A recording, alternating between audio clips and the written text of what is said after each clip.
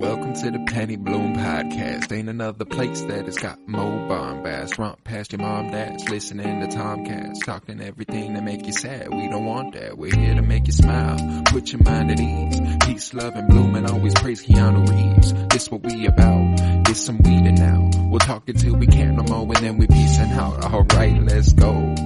Penny Bloom Podcast. It's the Penny Bloom Podcast. Penny Bloom Podcast. It's the Penny Bloom Podcast. Penny Bloom Podcast. Penny Bloom Podcast.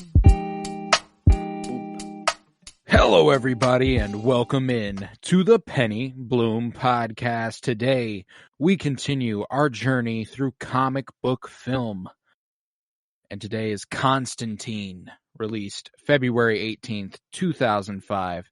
It was written for the screen by Jamie Delano. Oh, based off comic books by Jamie Delano and Garth Ennis, with a screenplay by Frank A. Capello and a story by Kevin Broadbent. Directed by Francis Lawrence.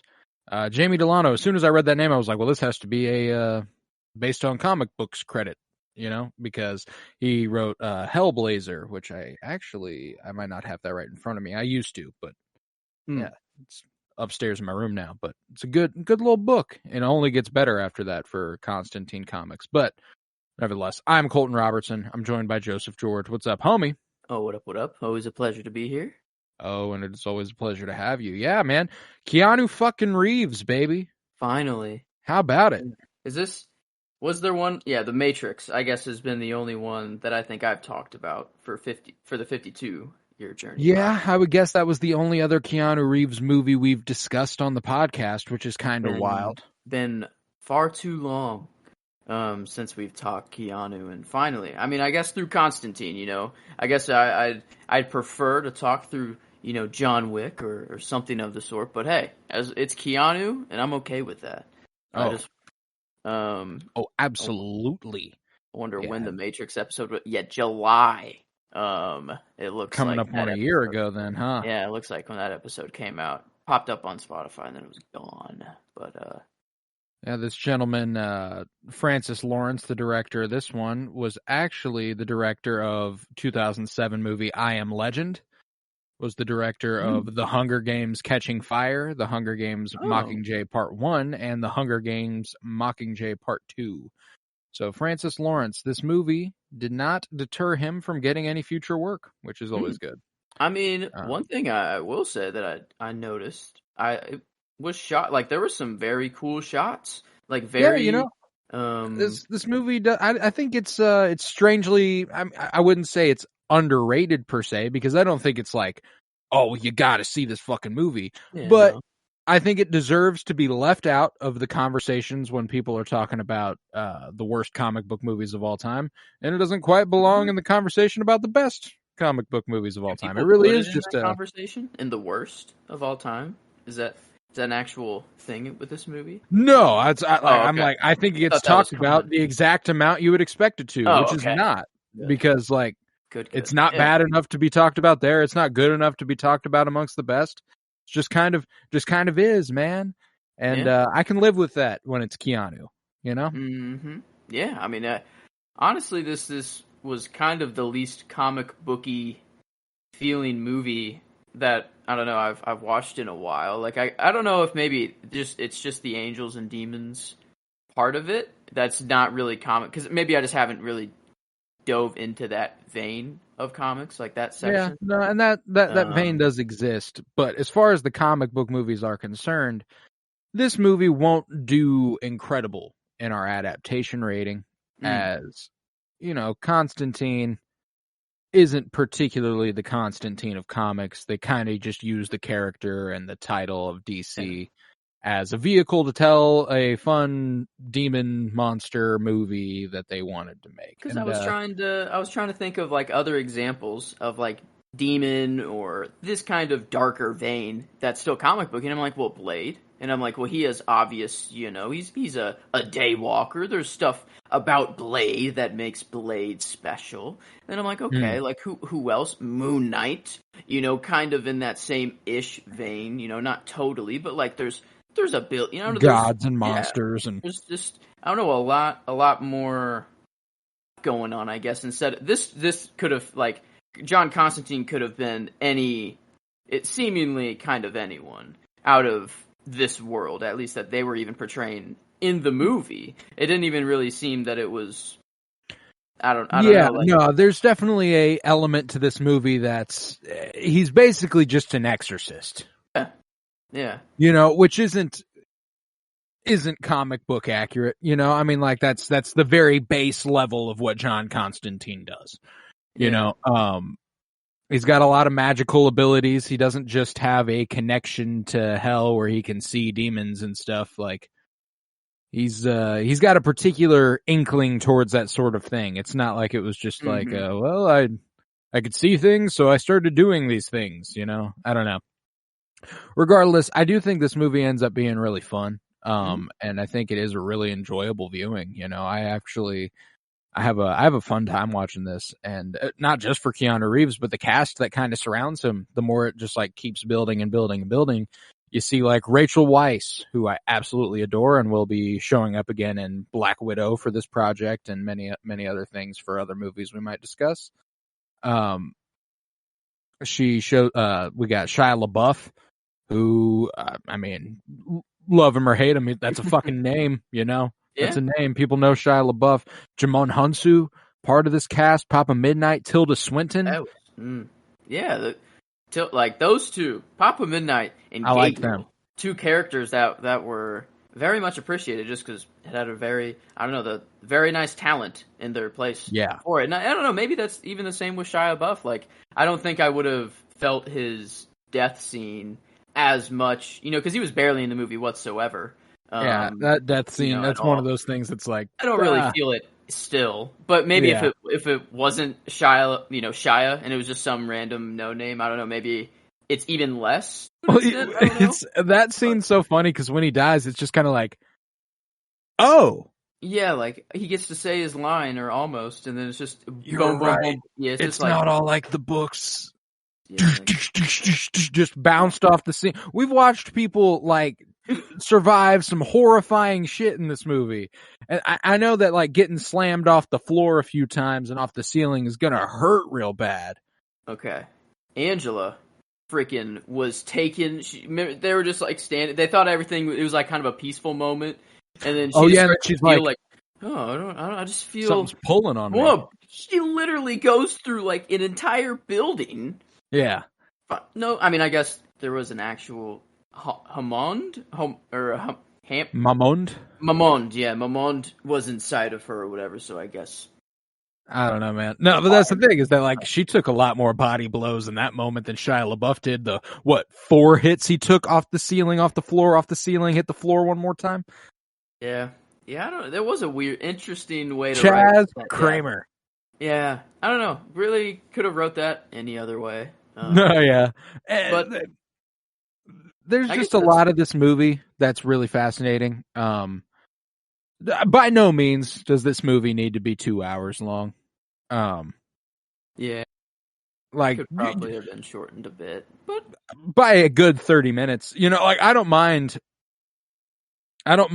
hanging out with our characters and stuff, and I thought we did a lot of stuff that I felt necessary to kind of, I don't know, get to know this world that they're building specifically a little bit better. I thought they did a good job of building up hell and explaining the way it interacts with the real world. Like that explanation when he's sitting down with Angela and they're eating, and he's like, well, it's just, it's all around us, it's in every window and every wall. It's there. We just can't see it. They can't access us. We can't access them. Like, that was a really cool explanation of the shit, And so, like, I thought they did a really good job building that sort of stuff up. It's just that, like, by the time you get to that last, like, 30 minutes, even 45 minutes, I'm kind of like, I remember I checked the runtime that was left, and it was like, we're an hour and 11 minutes into this movie. There's 50 minutes left, and Rachel Weisz was, like, standing in the little pool that her sister fell in. Mm-hmm. Like, there's not a lot that happens in the rest of the movie after that. Wow. And there's 50 minutes left in the movie. So, like, that was one of those things where I was kind of like, I feel like we could have shaved a lot of time off this bad boy. Cause like, that's what I've only watched this movie once before. And the last act is something that kind of like it sticks with me for sure. Like it's a pretty solid, it's eventful. It's full of shit. But when we got there, I was like, oh, I've got to have like 25 minutes left. And I paused it and it was like 50. And I was like, oh my God, what the fuck? Yeah, it's a complete first watch for me. Had it last night. Perfect nighttime movie as well. Oh, 100%. At night. And I don't know, I think it just felt like kind of like a normal good movie. It just with angels and demons and all that stuff mixed like in just a solid movie that anyone could turn on, and it doesn't necessarily like the fact that this is part of the comic book movie project is basically a technicality, you know? Yeah. I don't know. But I think you were right about how they were explaining like the world that they lived in, like having that first exorcism that he's doing, like how it didn't work fully the first time. Cool. The mirror, like having it like up above. The visual effects in this movie are fucking good. Yeah. Like what year was this? 2005. Dang. Yeah. I mean, Matrix 99. That's kind of like my benchmark for like getting myself in the time period. Yeah. But man, yeah, that's kind of nuts for 2005 still. Like even the insect monster that attacked him on the street was like looked good. Yeah, wasn't that bad? Like in how it was all split up and coming together. Like I don't know, that was really cool. Even the demons themselves, like the no brain kind of Nova crawler, like COD zombie looking demons. Like I mean, even what hell looked like whenever he went in there. Like I don't know. I think that's the one shot that stuck out to me was whenever he went into hell. I think it was to see if Isabel was down there. I think is why he was going in there. Yeah. And it was just kind of the first time you saw it like in its glory or what you want to call, it's just a very wide shot of hell, I guess. And it's just him like walking down the road. Just, I don't know, just all the crazy chaos going around him. And I don't know, I thought it was a really cool like adaptation of hell.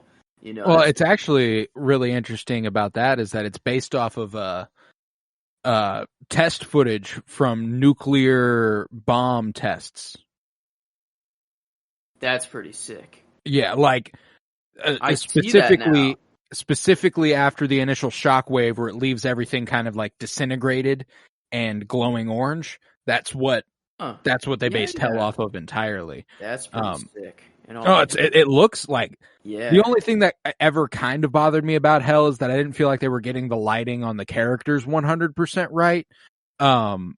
That's fair. I guess it was more of just hell itself, but and don't get me wrong, like something was a little hell looked off. good. Yeah. The creatures in hell looked good. It was just kind of like you could tell they almost didn't know exactly what hell was going to look like when they filmed it. And for 05, I feel like that's a little bit more justifiable than it is modernly. Like there is, and I know that the craft of filmmaking and with digital effects, George Lucas and Steven Spielberg and all these guys prior to this, the Wachowskis, you plot what your area is going to look like. You light your characters based off of that. Like that should be a little bit of a common sense thing. But still, even so, Keanu always had this sort of just like irradiated look to him. The way that it literally looked like there was radiation flying off of everything, it felt like was really, really cool. Like I thought the hell was really well done. I don't know. I'm usually, I guess, not one for like just religious story. Like this one is just very heavily like Christian and Catholic. Like I kind of like prefer the religious stories that it's just kind of like, well, that's one side of the story, but here's, it's part of a, not like one got it right sort of thing, whatever. But I don't know, I can get past this. It's just movie made in America, 2005. It's how it's just going to be. But I don't know, I think it was handled like pretty well. Like Gabriel, just was a very interesting character that. Yeah, Tilda Swinton playing this androgynous sort of like gender fluid Gabriel was really, really cool. I really liked Tilda Swinton as Gabriel, and cool. Whenever he walks in there next to Rachel Weisz for the first time, Yeah. and her wings like unfold, and you can like he can see that, but she can't Mm-hmm. because he has the sight, sort of thing. Like Yeah. that's dope, that there's a lot of stuff in this movie that's full of just like great ideas, and even some great execution at points. It's just kind of it's just kind of limp. It just kind of happens, and you're kind of like, okay, yeah, fun movie, cool. Yeah. And like even when Lucifer, the devil Yeah, just comes in Satan. on, yeah, like I at first I'm like, wait a minute, is this God? Because like John's like there, and he's like, hey, I know you don't. I think might be my line. Where he's like, I know I'm not one of your favorites, not even welcome at your house, but I could use a little attention. And he's kind of like making a last ditch prayer after he's cutting his wrists, or maybe he was. That was a great shot too. Yeah. I mean, whoa. But then, I for a second, I'm like, wait, is this God? At first, like, because white tuxedo, white suit, everything. Fallen angel. Yeah, and then I see, I don't know, just it more makes sense, and I'm like, oh yeah, no, this is definitely Satan here. And then then building up that only Satan, John Constantine's soul is big enough. Known enough in hell that like Lucifer himself is the one that's going to come get it. Not just anyone is going to send his soul down. Like it's going to be Lucifer, and that's what ended up like saving his soul. Like everyone in that situation, pretty much. I guess Gabriel is really the one who got the worst of it. I'd say pretty much. Because John comes out with lung cancer being healed. And then, he's not damned to hell because he committed suicide anymore. So he it's completely up. Now that he knows, it's up to him. Angela, not dead and not had a demon crawl out of her. Man, some of the body horror stuff in this was fucking good. Yeah, crawling around inside her stomach and the teeth. Before? Is that The Thing, maybe, or Alien? Alien specifically, where the alien pops out of the chest, and it's like the worst nightmare. Like, it's like out of that, it didn't even look that good, but it was good enough to be like, oh yeah, that's just so gruesome that like, I don't want it. But this was like, it looked like a little too good, It was like, it looks very real. This is not. I don't like this. But yeah, this, I don't know, very gore. Like the gore was good. Like it was good. Like. The suspense, like in the horror vein, like I don't know, it was doing. Yeah, and this is a little bit more like. I feel like the obvious comparisons are the Blade movies, as you were saying a little bit ago. And what was funny is there was something about this where, like, as I was watching, I was like, "Is this our first R-rated movie?" And we've had all three of the Blades. But I didn't know why it didn't occur to me in the Blade one. Some shit and like that was all body horror stuff, and but I don't know why as soon as I started watching this was I kind of like, wonder if I don't know what the vibe was about this movie that made me go, oh, this might be our more deserving of the R. Like I put even though they're all rated R, I still put this one kind of above Blade. Like I'd say the motherfucker's always trying to ice skate uphill. There's more of like a comedy, and there is some like, it's not kid friendly. I would say Blade, but like I would much rather maybe my kid watch Blade than Constantine. Like I don't know. I can get with that. This just seems probably scarring as a kid. Like I don't know. Like this would just be not fun as a kid. I don't know. Yeah, vampires feel more palatable than the half head zombie guys that kind of crawl around. Yeah, no, 100%. But no, it's an interesting movie, man, and you won't hear me saying I didn't like it. I'll tell you that. I sure as shit liked this movie. It was a fun time, and it's one that I'll happily watch again, if for no other reason. Keanu Reeves, man. I love me some Keanu.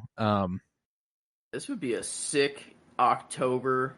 It's like I'm in that spooky spirit, and I don't know. I want to watch some Keanu as well. That's like just the golden, just ticket on. I don't know. That's just very nice that you just have Keanu in here. Absolutely. I heard that Nick Cage was like thought of, and I he was actually originally cast. It had a different director and a different actor attached to it. And when the director said something along the lines of, with Nick Cage, I'm not going to be able to make the movie I wanted to. Oh. And I don't know if that speaks more to Nick Cage being kind of a direct, like a creative force that you can't get around, like he's going to make the movie he wants to make, or if he means like I had a different vision of the character in mind. Yeah, because this John was just very. I don't know. I don't know how I feel like about like just seeing Keanu like this in general. I don't like, he's I don't like picturing him as like just a dick. He gets right. And he gets some redemption and like his his literal divine redemption. Right. But like at the beginning, him being just an absolute dick everywhere he goes. Like whenever she's like, my sister would never commit suicide. A mental patient would never commit suicide. That's wild. Yeah, like, and he's already like just doesn't like the elevator door. Hold the door, and like I forgot what he says. It's just something like, oh, I don't really give a fuck. And then they see each other in the church or wherever where John is going for or Gabriel, and then. Angela's going for. Is it actually her dad or just the? I think it's just a like a preacher, pastor, whatever the fuck. Because whenever she was like saying father and saying like it's Isabel, like I don't know, like I thought that it was like this is actually your daughter too that like we're talking about, but he was just so Christian or Catholic that he's like, nah, them's the rules. You can't. Sorry, like that's just maybe that is the case. Maybe I didn't catch that at all, but that's a distinct possibility. Maybe I just read that wrong. I don't know. Because I mean, she literally is saying father, which is just what they call the priests. They call those guys. So that's just very possible that way. But I really liked Rachel Weisz here. Like that was she's like incredible. Yeah, like I liked Keanu, but I don't know. I think like. I don't know if Keanu really had to put on as much of a performance as Rachel Weisz did. Like I like Keanu and everything he did, but I think Rachel had to reach a little more and just kind of like a lot of emotional scenes as well that she had to be in. Especially like whenever he takes her back to her room in the like hospital and is like, what would she do? You know her, only you know her. And she's just like, oh, shut the fuck up, dude. Like, this is not the way to go about it. Like, I don't think this is exactly how I want to do this. Like, but he has his methods, I guess, and they eventually work out. I feel like he's just kind of throwing shit at the wall and seeing what sticks. Like, that's really what it feels like. Like, it feels like on one hand, he's super experienced and he knows what he's doing, so he's so confident about it that he's like, all right, yeah. You need a mirror at least 3 foot high, blah, blah, blah, blah, blah, whatever. And everyone's like, oh, I don't. He's like, fucking go! So on one hand, it's like, yeah. I feel like he knows the ingredients. He just, like, he's like, I know what I need to try and do this, but I don't know exactly how to do the thing with those things. Is kind of like, or vice versa. Like, I know what I want to do with this, but I don't know exactly what I need to make it happen. Because what my favorite scene comes with whenever she visits hell for the first time. In the bathtub. Yes, and like holding. Okay, and all the time, like leading up to that too, because I felt like it was like more so than any other little moment, kind of put on display the chemistry that Rachel Weisz and Keanu Reeves had in this movie. It was pretty strong. Whenever she's like, should I take off my clothes? And he's like, he just kind of stands there for a second and she's like, John. And he's like, I'm thinking, it's this one. I gotta really run through all the options here. Yeah. But he was like, no, leave it on. And then, I wonder if he's thinking like, how can I tell her to take her clothes off without it seeming that I just want her to take her clothes off? Yeah, right. He's like, I can't think of a good reason. You better just keep them on. Yeah, nope. But again, speaking to Rachel Weisz's acting ability, like the underwater stuff is genuinely claustrophobic and horrifying. I hate that. Oh my god, I hate like taking baths. I kind of hate just for the thought that I fall asleep and then like, I'm just underwater. Like I know I can wake up and easily, no one's gonna hold me down, but even that is enough to be like, I don't like. But just the way he's like holding her there, and she's like, how long am I gonna have to do this? He goes, as long as it takes. And she's like, all right, let's do it, and the longer the scene goes with her just kind of being like, and she kind of keeps it together for a while, she's like, okay, he knows what he's doing. This is fine. I'm going to go to hell here in a second. Guess I trust him. Yeah. But when she starts fucking flailing, dude, that's hard to watch. And I know that it's like, he's got his methods. He knows it's going to happen. It's just got to happen. It's still like, God damn, man, that's you gotta cross over to the other side, and you gotta die to do so. That's the only other like to use the chair. I guess this is just it just an easier way to like die, or maybe like you're dead and alive like at the same time if you're just being like electrocuted. I don't know. I don't know. That's a good point. I mean, there's definitely something going on over there with what was his character name? Midnight. Is it just Midnight? Papa Midnight. Papa. I felt like there was something else to it. But I mean, like, there's definitely something magical going on over there with him. Like, he's kind of the Bendu, of this world. I am the middle. Yeah. He doesn't, and kind of like he just doesn't intervene, even though seemingly. I love that they call it like the balance. Yeah. Whenever he's like, you are in violation of the balance. I'm like, that's kind of hard, bro. I like that. But then Keanu's like, well, it's already against the balance that there's or these half-breeds, or like that demons are actually doing these things now. Like you are the only one that still follows the rules, Dr. Papa Midnight. Yeah. But I don't know that the half-breed bar, seeing that there were like red eyes, for like the demon half-breeds, but then it seemed that there were like yellow, gold glowing eyes. I didn't know if they were all demons, or if there were like also some angel half breeds, I don't know, somehow over there too. Because one was turning water into wine, and I feel like that's not like a demon thing. That's kind of like I guess fallen angel, angel. I guess it could be, but yeah, no, I'm with you. True. But I don't know. I expected a brawl to go down in that bar, and I get.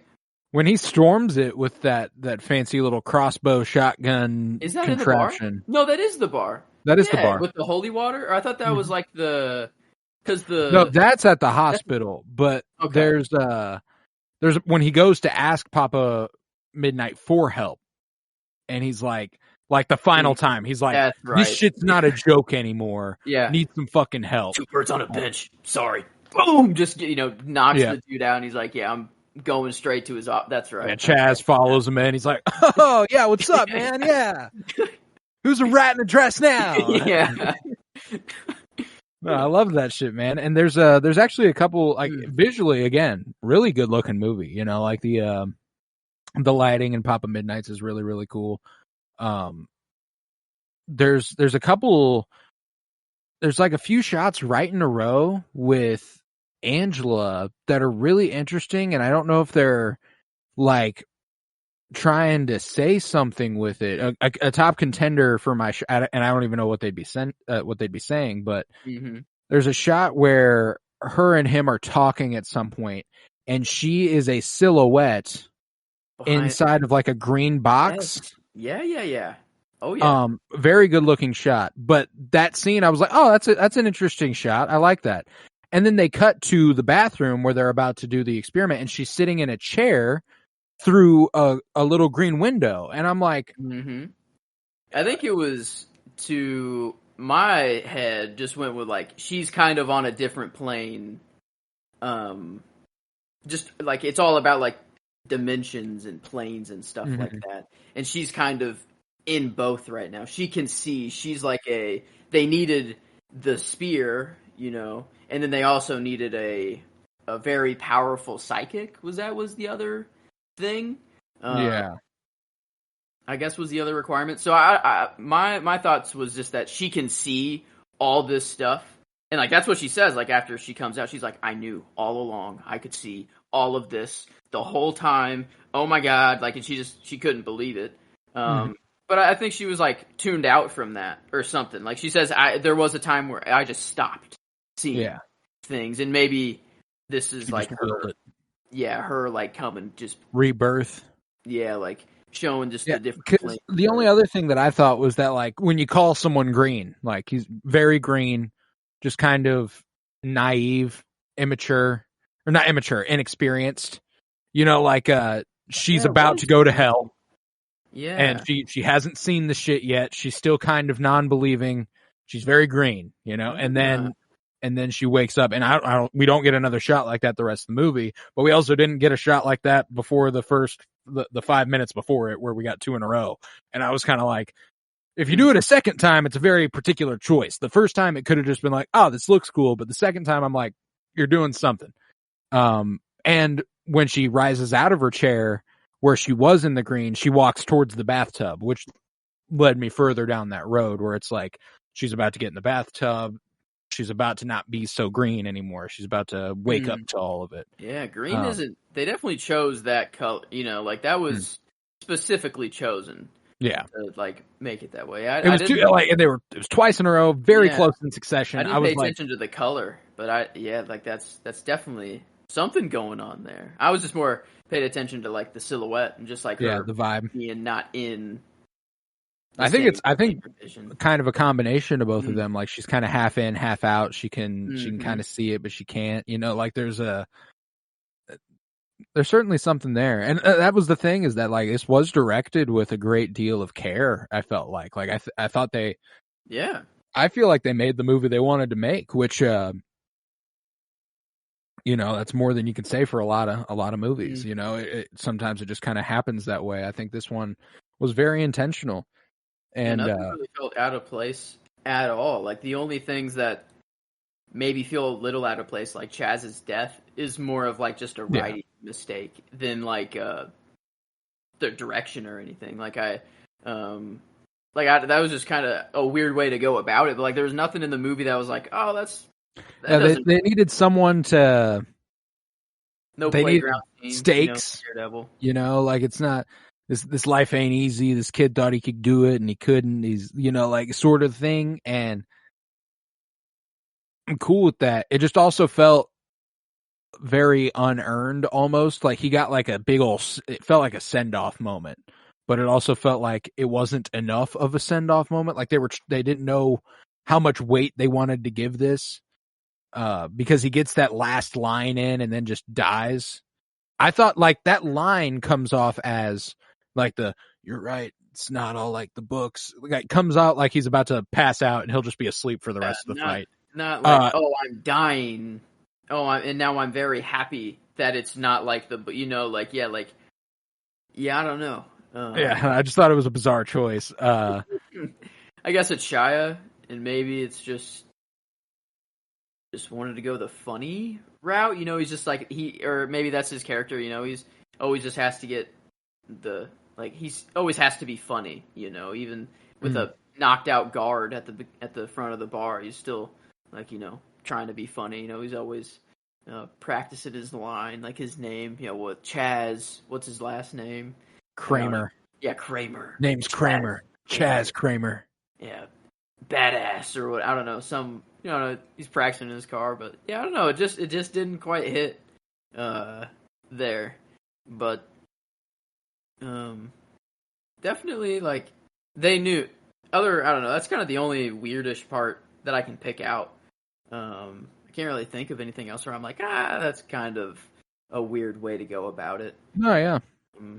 Maybe just Constantine's character after learning what he's like in the comics, but during the movie, never like. No, they dedicated. They did not once concern themselves with what this character was like in the comics, which actually lent itself to my favorite line, because I think they knew for sure they were doing that. And it's what Chaz calls back to when he's dying.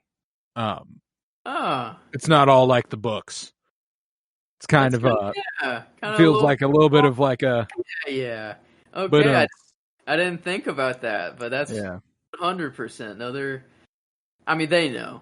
They have to know. Like, it's such a different take on the character that it's just kind of like Blade. Like, Blade completely rewrote the character. You know, maybe they were just kind of I'm so pissed that even design wise though, they gave my man a black trench coat and a black tie. Where's the tan trench coat and the red tie, bruh?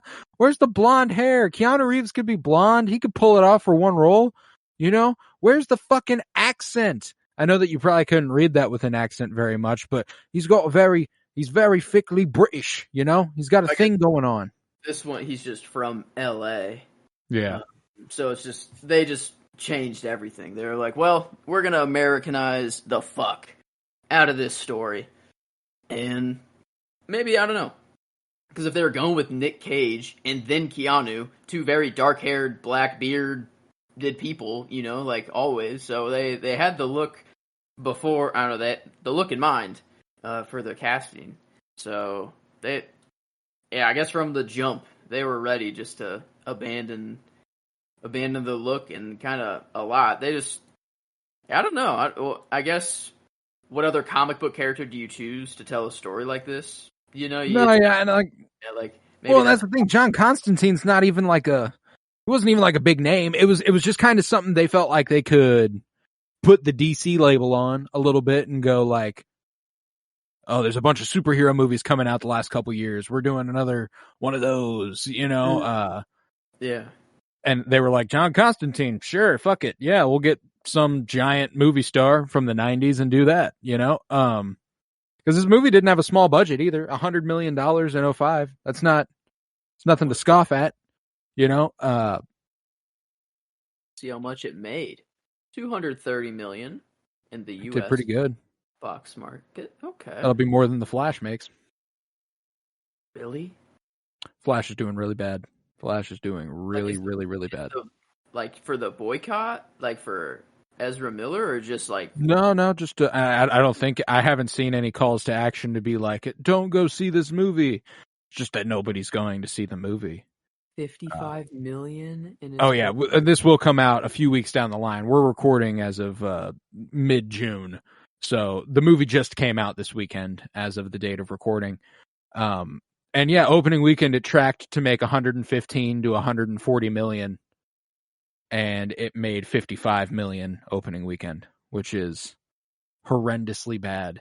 Oh my gosh, an Elemental, the Disney movie, or Pixar, 29 million, 30, and that one's like a 200, 300 million, maybe 500 million. That's one of the worst flops Pixar's ever done. Holy like, it's crap. What's good, man? Maybe writing? I don't know. Is it just because it's not a Marvel movie? And it might be a conversation for another time, but we can talk about it now.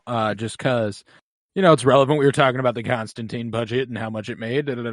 But every superhero movie this year, while a lot of them are still making a ton of fucking money, you know, like Guardians is making a bunch of money. Across the Spider-Verse is making a bunch of money. Quantumania made plenty of money, but there's this interesting thing that I saw someone tweet earlier about the tracking numbers versus the actual results, and I liked it. So let me go see if I can't find it. I believe it was tweeted by Brendan Hodges, who is just a wonderful film critic who is a very good follow on Twitter if you're interested in tracking numbers as in like what it was expected to make opening weekend. Okay. What it was expected to make versus what it did make. And so movies that made more than early tracking: Creed 3, Scream 4, John Wick 4, Dungeons and Dragons, Mario, Evil Dead Rise, Little Mermaid, Across the Spider-Verse. All those movies made way more or more than they were tracking initially. Mm-hmm. You know, Spider-Verse was expected to make 70 to 80 million opening weekend. It made 120 million. Super Mario Bros. Was expected to make 85 to 95 million. It made 146 million opening weekend. John Wick was expected to make 60 to 70. It made 75, et cetera, et cetera. So, like, that's the kind of vibe. Okay. The ones that opened to less or the same are Ant-Man 3, Shazam 2, Guardians 3, and The Flash. That's 2 Marvel movies and 2 DC movies. You know, like, it's not necessarily... And I mean, the DC movies did substantially worse than Marvel. Don't get me wrong. Like, Quantumania was tracked to make 120. It made 109. Guardians tracked to make 130. It made 118. So it's not like a huge discrepancy. Hmm. Um, Man. but Shazam was tracking to make 35 and made 30. And then The Flash was tracking to make 115 to 140 and made 55, which is the most horrendous one out of all of those. Like, I it's bet. like, Yeah, DC's kind of in a bad spot right now too. Like I mean, in just and that's the movies in thing. general, they're They've like so publicly been like, we're going to rebrand everything. yeah, maybe that's why is that they knew this is kind of just the reset movie, and that it doesn't matter really, I guess, for the new, But I don't know. I felt like they made it still seem that it was important that this is what is resetting the timeline or whatever. Yeah, no, and I think that's the thing is that I think people are just tired of what DC was and is just ready for it to go ahead and move it. And there's Wow. also the fact, are being seen. Across the Spider-Verse is making a ton of money. True. Guardians of the Galaxy made plenty of money. It didn't make as much as Volume 2, which is another interesting little, like, detail. Even so, it made a lot of money, but it's not what it was 6 years ago. Hmm. There's just, like, the industry has to evolve a bit. I think that they're kind of getting a lesson in, we can't just pump anything out now. Like, people are looking for them to be good now. Wow, Which, yeah, I would not have expected that out of the Flash. yeah, I mean, Michael Keaton, Ben Affleck, Sasha Calle, Supergirl, 2 Ezra Millers. Yeah, I don't know. Maybe they need to go time. back to making movies just random, no timeline. Just like this, just like a constant Random little and yeah. I just need some more of that random little one-off. Show me a fucking movie. And they did it with the Batman. That's not in any, No, I mean, like, I'm just so it's doable even with a big name. The things that are coming out the rest of the year. I mean, if if the Flash made 55, what the fuck is Blue Beetle gonna make, buddy? You know what I'm saying? Eesh. Yeah, that's true. What the fuck that's is scary. Aquaman 2 gonna do? That's scary. Scary for WB, because, like, that's the other thing is that, like, my big concern is, we're all excited about the new DC universe and how they're gonna go about that. How the fuck are they gonna afford to make that stuff? You know what I'm saying? Like, and it's not sustainable. Hopefully it just means they adjust it. They go, okay, well, we can't make things on these $250 million budgets anymore. Mm-hmm. Let's try and get back to the basics a little bit. Let's try and start over a little. And they start small and work their way up. I'm hoping that's the case, but it's just like, if these movies keep flopping like this, it's going to be bad for them. Like, even worse. They were already in a financially precarious position. The Flash is looking to make less money than Black Adam did. Oh no. Oh, that's not good. Yeah, this was. I bet they were hoping as this being like a big cash grab before they do all. It's their summer release, I know they're probably big time hoping Barbie's going to go ahead and change that. Like Barbie's going to be the saving grace of the summer. But it's their summer release. It's their summer blockbuster. There were all those reports that were like, oh, it's the best movie in so long. Da, da, da, da. Because Warner Brothers was like, please, for the love of God, tell people this is good. Yeah. Wow. Huh. We need money.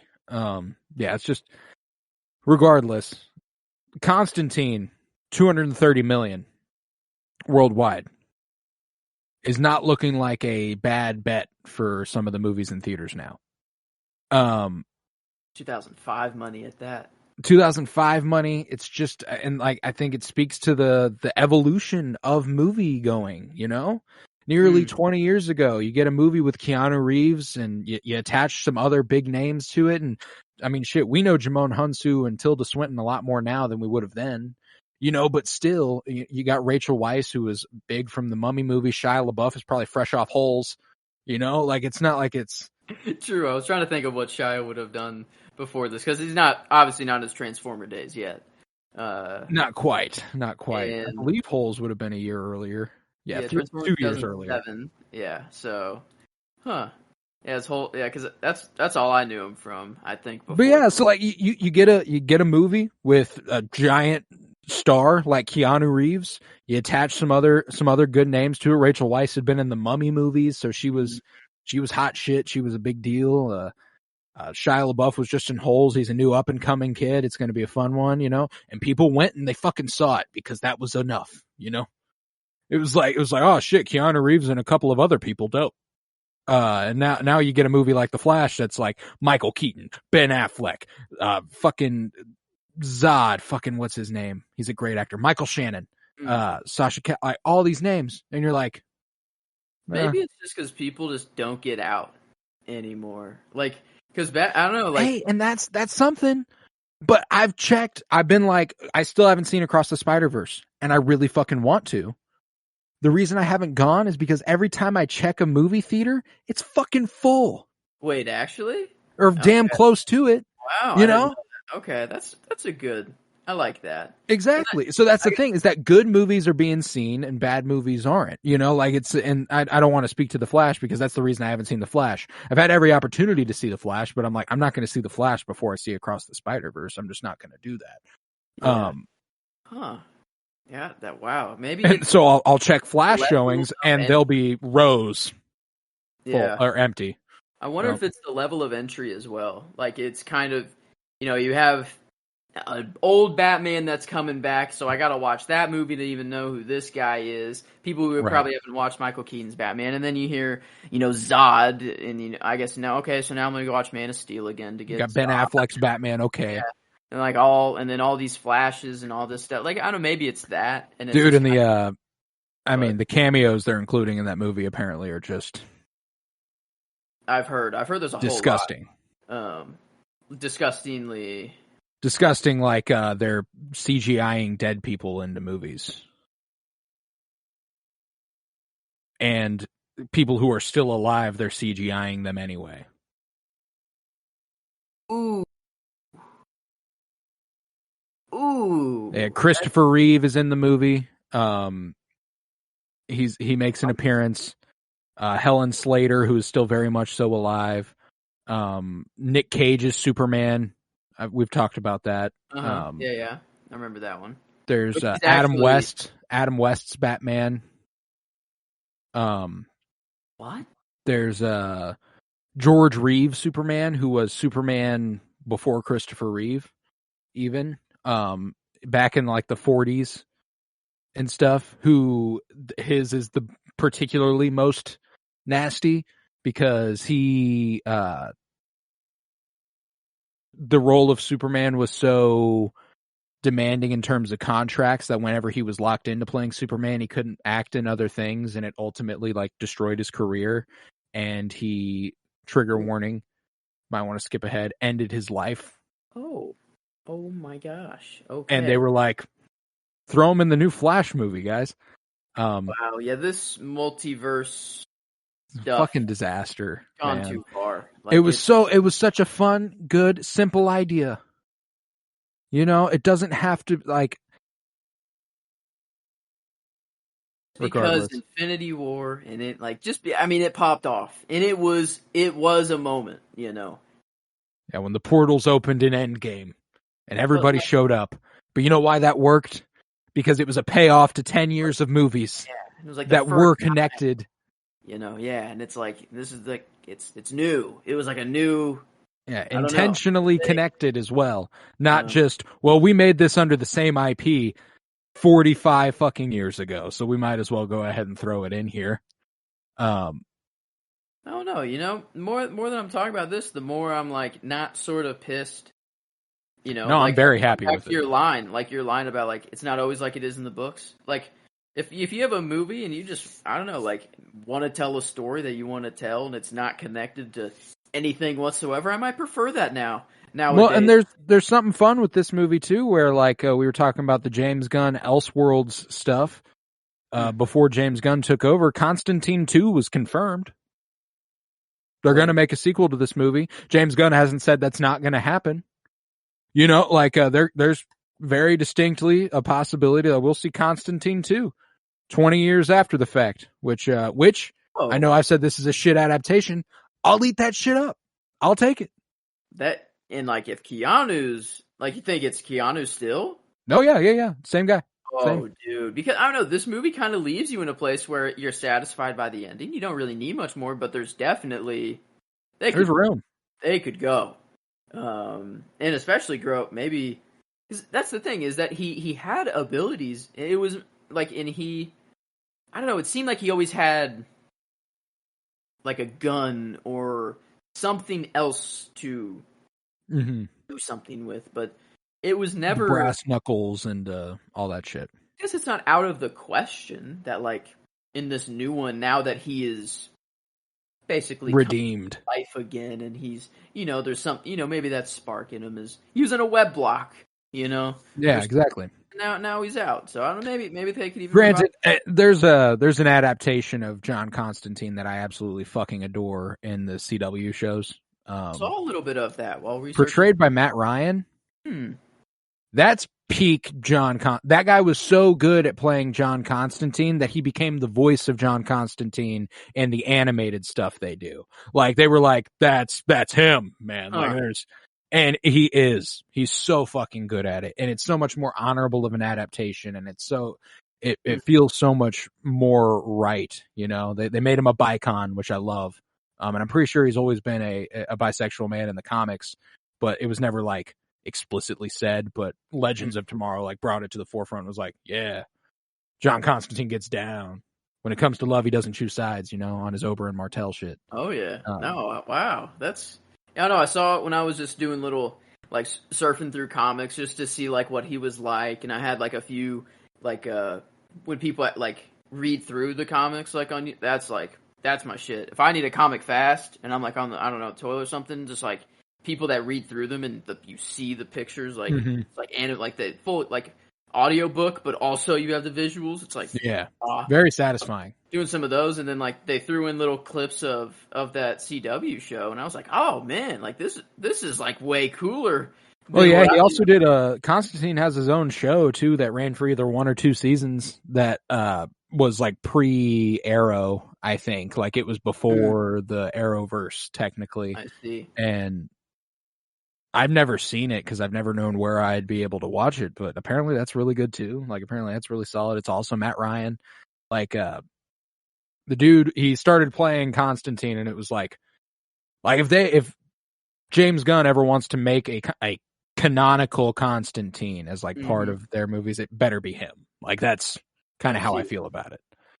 Okay. Wow. That could, I don't know. I could see. I don't know. Maybe.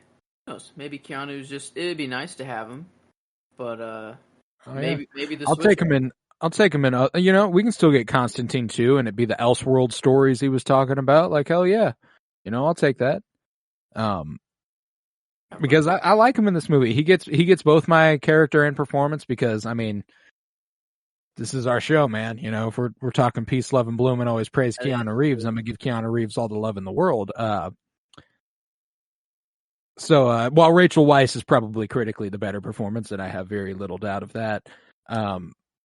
Even Tilda Swinton might have a better performance than Keanu Reeves in this movie. I think you could argue, but he's got a lot. He brings a lot to the character. You don't see him in this grim sort of at this point in his career spot. Because he'd been in Point Break and Speed and The Matrix, and he's not happy-go-lucky necessarily, but he's not like, I'm damned, I'm gonna fucking die. This is it. I'm done. It's not the guy Keanu typically is. Yeah, and that's, I don't know. I think I just went with the critical answer here for performance. Maybe just wanted to spread the love too. You knew I was a safe bet there. But Keanu's getting the character, even though it's not even like, I guess when I watched this, I had no idea that Constantine had like actual abilities and whatever. I thought that this was actually how he was in the comics. Is my head space going into it. So like the movie, I didn't think like. If you don't know, I think it's fine, and like it's actually 100%. It's a perfectly enjoyable movie. Yeah. It's just now knowing that, now it makes me want to be like, oh, I wish he had all of this stuff in the movie. It just would have been a way different movie. Like, it's just not the movie they were trying to make. So I'm not mad at it completely. It'd become a little bit more Doctor Strange than it would Blade, you know? Yeah. Like, they're... Yeah. But, I don't know. I mean, Keanu's still getting John Constantine's still getting the character nod. For me, though, I had to. But yeah, I liked Rachel Weisz. And just the actor. She's good, man. She's you'll never hear a peep out of me for going with Rachel Weisz in a performance nod, because she's incredible in pretty much everything. You know, she spoke to it a little bit ago. She'll be popping back up in this project with Black Widow, because she plays Natasha's mom and David Harbour's husband and stuff. You know, like that's David Harbour's wife or ex-wife or whatever the fuck they've got going on.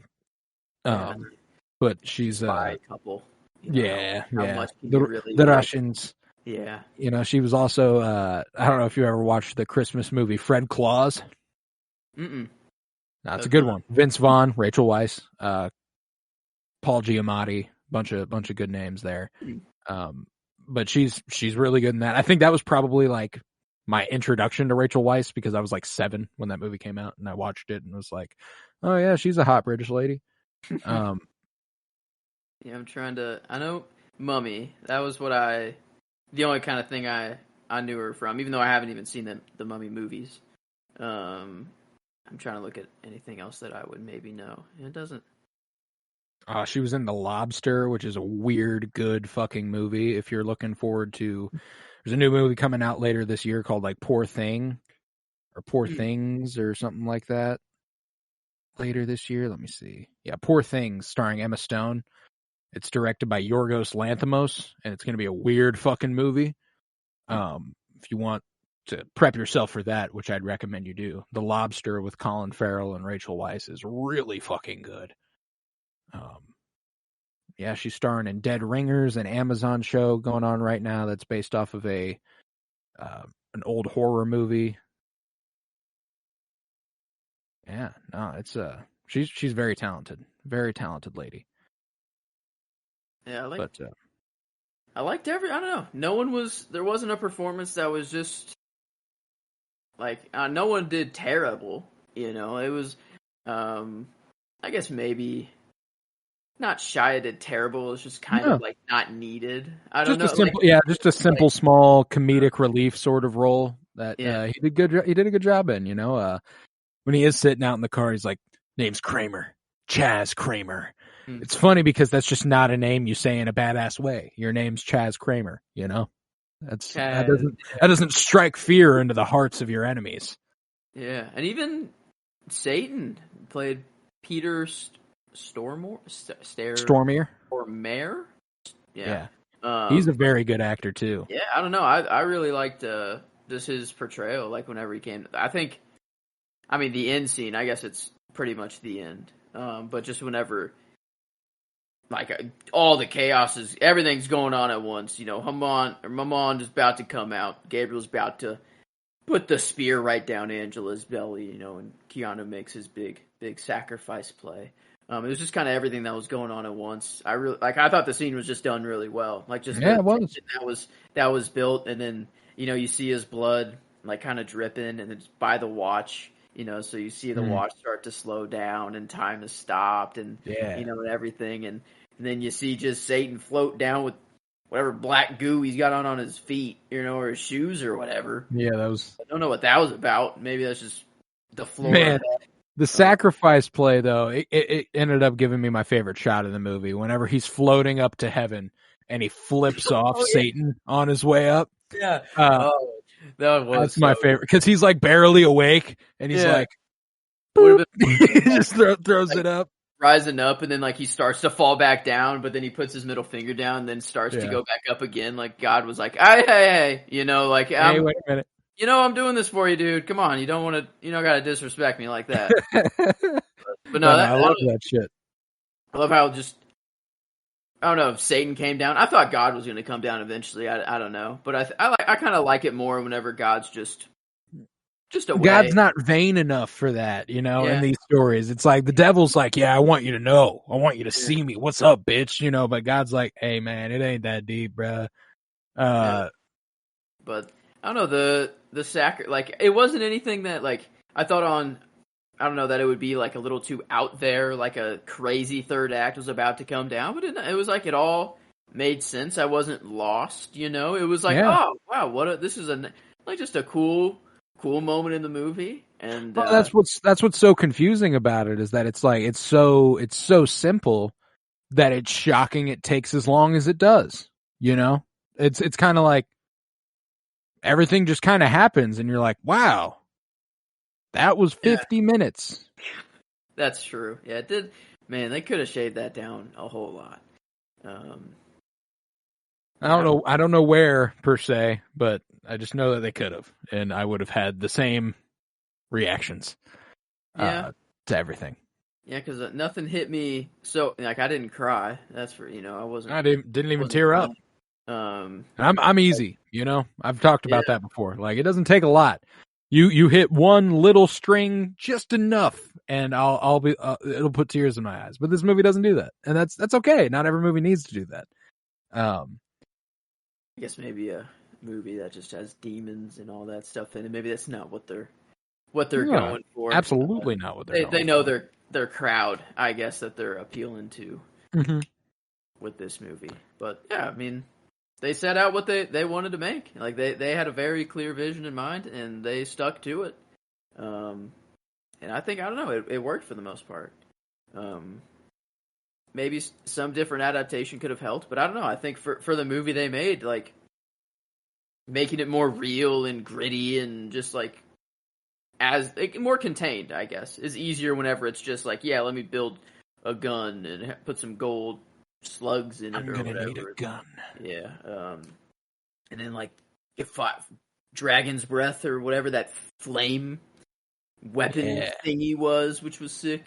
Yeah, no, you got like with Midnight some actual like hand magic there. He sent Keanu flying whenever he came up to contest him, so that was pretty neat. But yeah, I don't know. Other than that, it was fun. It was It was enjoyable. It wasn't yeah, it wasn't fun, enjoyable, simple. Like it got me there. I'm fully cool with, and that's one of the things that I don't think gets enough credit.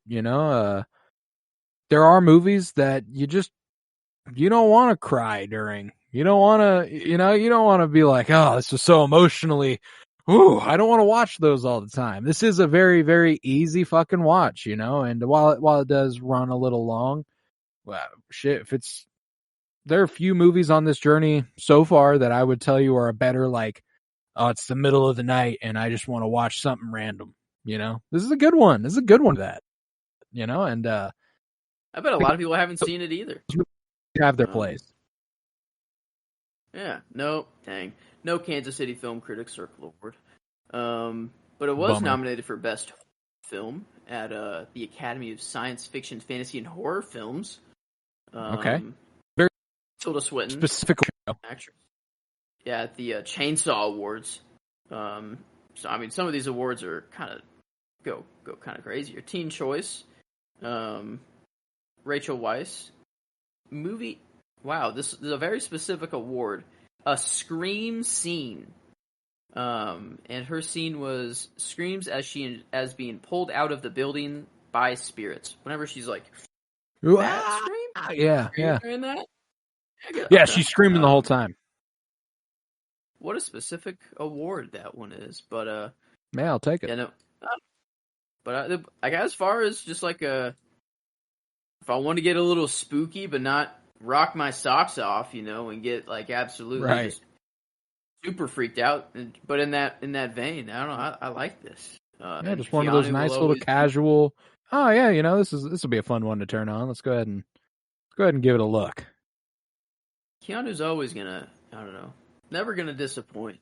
I don't think, no matter what it is. So, but yeah, I think I think I've given all my fit. Yeah, I have. I thought I missed a favorite there somewhere, but I have not. I think Might we be ready to throw a rating at this bad boy now that we've talked about, the Flash and everything that's happening in modern cinema? yeah, I think it's about time. Enjoyment wise, I'm scrolling back up to some others. The Blades 7.5. For that's I feel like I don't know. I Do I mean, like enjoy this more than Blade? I'm I at think least I'd on the rather. same level personally, like even just Yeah. looking back to the last couple weeks, Elektra 625.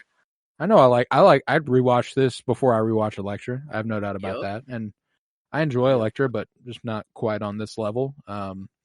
Blade Trinity 7.5.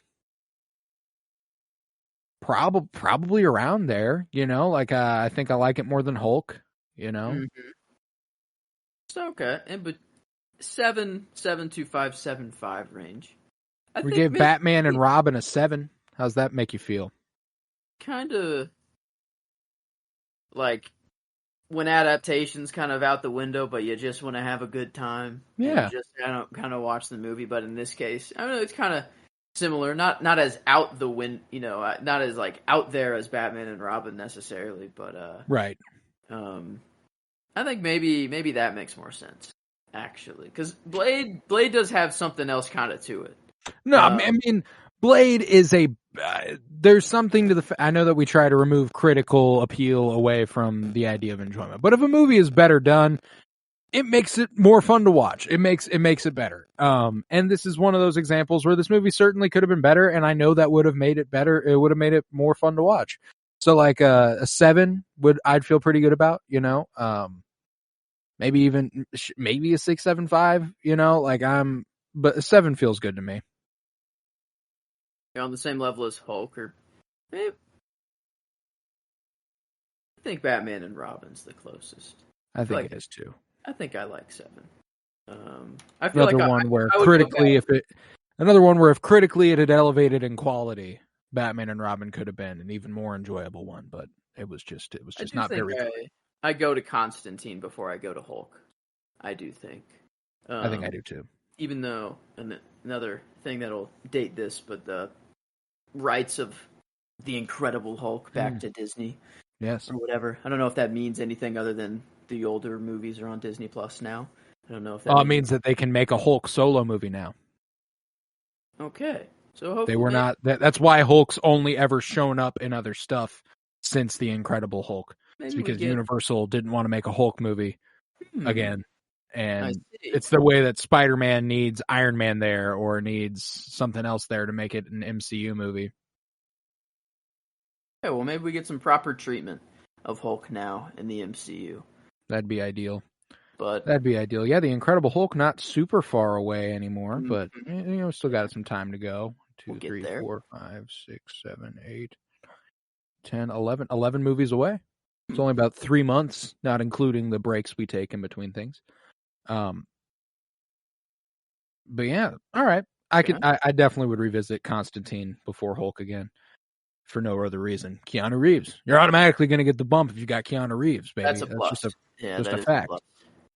All right, genre-wise, Does a pretty good fucking job in its genre. This horror action adventure, and I'd label it action adventure before horror, to be sure.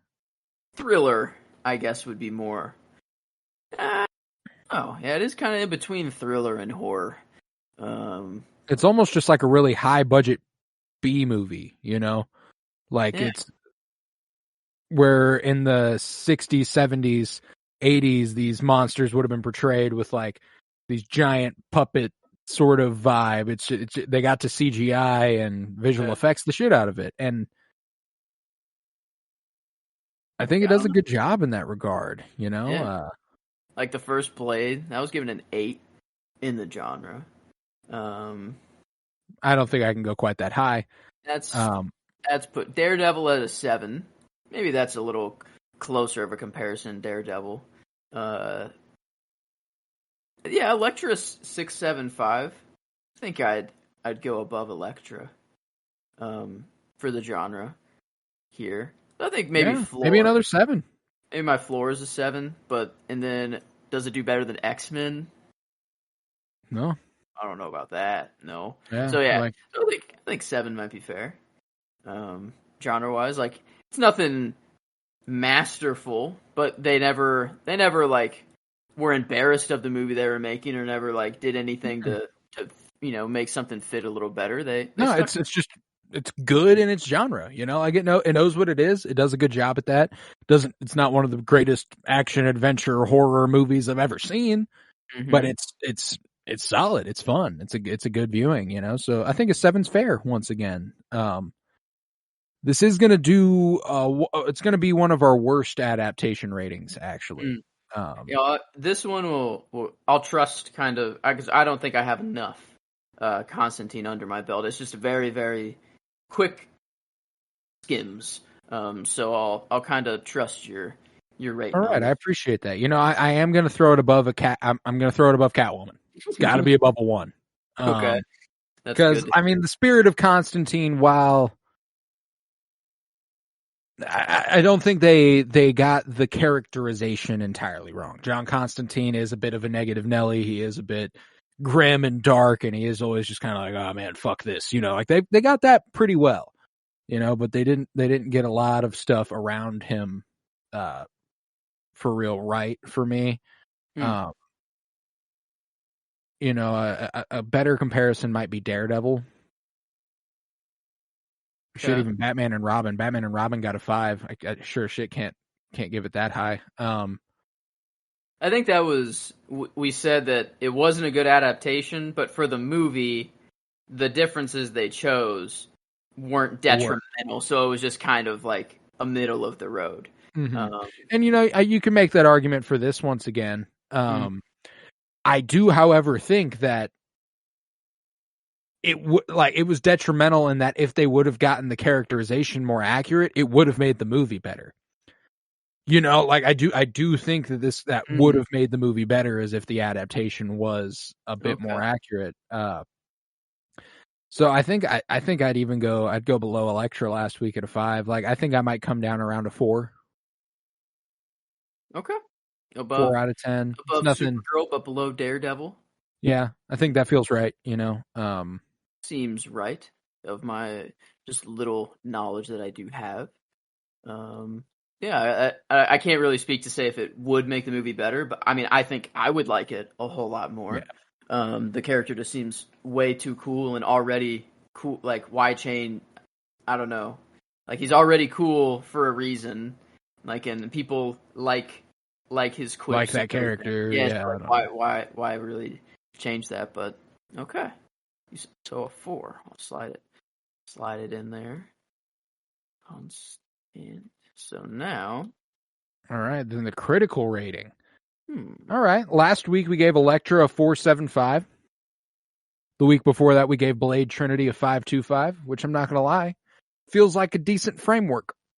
Because I do think it's a pretty middle of the road experience. This one, I don't think it's a great movie. I certainly don't think it's a bad movie. In fact, a 5.25 might be its ceiling for real. Yeah, that would be. Yeah, because then the next up 5.5 is Blade, and then a 6 at Daredevil. Yeah, I don't think it's as good as those movies. So, I think I kind of like the 5.25. I say we throw a straight up middle of the road 5 at it. 5. It ties it with Hulk. It feels good. So yeah, I think I like that. So if that's 5, see now I never want to update the huge list on the right that has all of them next to each other. So that's what I do now. I went ahead and punched in all the other stuff in the meantime. Okay. Oh, perfect. Which that does round it out to a 5.75, 58%, which is 1% higher than Elektra. So a couple of Howard the Duck. Hey. Off the top of my head, I would say those are about the same quality. Yeah, that would be the first movie that would come to mind after watching Constantine. That is the first movie that came to mind. After finishing Constantine, I'm like, man, how similar was this to Howard the Duck? But no, I mean right below Blade Trinity and Hulk. I in Daredevil. Like I think those are the movies that are actually the closest to it. But yeah, just not quite to it, but pretty close. Middle It's of the actually road got with a a little bump. it's got a 7 out of 10 on IMDb, which isn't bad. Whoa. Surprisingly kind Wow. for IMDb. On Rotten Tomatoes, Tomato. we got a 46% on the critics rating and a 72% in the audience. So the audience enjoys the movie, and again, that's about 7, which is about what we gave it, 4.6. Go. It's about a 5. So Yeah, like the road. Okay. I like hard that. say that we didn't get a little bit of everything accurate on this one. I feel good about it. Yeah, I wouldn't change anything about it. Where it's in, it I doesn't wouldn't either. feel wrong. So yeah, I'm down with that. Nice little 58% on our good old penny bloomometer, or whatever the fuck you want to call it.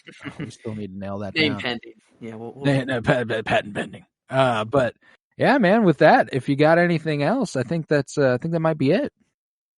well, finally another Keanu checked off the list. Finally. We'll get around to him. All of his other stuff, we'll get there. Yeah, I believe we got some John Wick in store for later this year. Mm-hmm. So we'll get some John Wick knocked out in the what was that, September that we were planning on that? So just a couple months away. Yes, September. Yeah. Well, I guess technically in August. The second to last day of August would be the first. Yes, it starts August 30th. Yeah. We're gonna do all John Wick movies right in a row there. But yeah, we're currently also doing Christopher Nolan. We just wrapped up on Wednesday our previous Christopher Nolan watches. Today is the release date for Oppenheimer. So we are going to be talking Oppenheimer next Wednesday. Yeah. Do you think, very excited for that. Think he actually blew up a nuke and just can't say it, for the movie? Or yeah, right. I don't know. I'm ready. We'll for find that. out. We'll more see. on that Wednesday when we find talk out. some Oppenheimer on July 26th. We're also going to be seeing Barbie sometime in the next week, and we'll be doing some Greta Gerwig after that for the director spotlight. So got Oppenheimer next week, and then 3 Greta Gerwig movies back to back. We're going to take a little week off on Wednesdays and hop into John Wick. So lots of Keanu, lots of Nolan, lots of Greta. There's nothing you're not liking here. Covering all the bases here. But we are going to continue our comic book movie journey through film on Fridays, where next week we've got V for Vendetta, another movie based off characters created by Alan Moore, which is interesting. John Constantine also created by Alan Moore, so a little connection back to back there. And then we're going to continue it with Batman Begins the week after that. We're finally getting to some Batman Begins. Yes. Yeah. I like that. We're back. And we'll be joined by Claire DeGeneiro for that in the first week of August. Very excited to have her back. And she might actually be joining us for 2 episodes in the same week then, because Barbie, I'm pretty sure she's also going to be a part of. That'll be a fun little week with us and Claire. Very excited for that. Yeah. But yeah, with that, head to patreon.com/pennybloom-pod, where you'll find over 50 hours of exclusive content. And we got a couple different tiers now. There's a $1.50 tier that gets you nothing but written reviews, which is actually a little bit more common than the audio content these days. But I'm also doing some fictional writing. And for any audio content or fictional writing, you're not going to get that until you get to the $3 tier. Feel like I'm selling myself short a little bit, ourselves short for the amount of stuff that's over there. $3 a month or $1.50 a month for the amount of writing I do is a pretty good deal, guys. You'd be getting a lot of content that way. And it'd be great help. It'd be a great help, because this costs me money and I don't make any off of it unless it's over there at patreon.com/pennybloom-pod. And I'm so grateful for the people that are over there. I'm grateful for those that aren't, but I'm more grateful for the ones that are. Head to Twitter, follow at PennyBloomPod, follow on Instagram at PennyBloomPodcast. Remember to leave a 5-star rate and review wherever you might be listening. And yeah, with that, I was Colton Robertson. I was joined by Joseph George. Thank you very much, homie. Oh, thank you for having me. Always a pleasure to be here. Oh, and it's always a pleasure to have you. And remember, peace, love and bloom, and go to hell.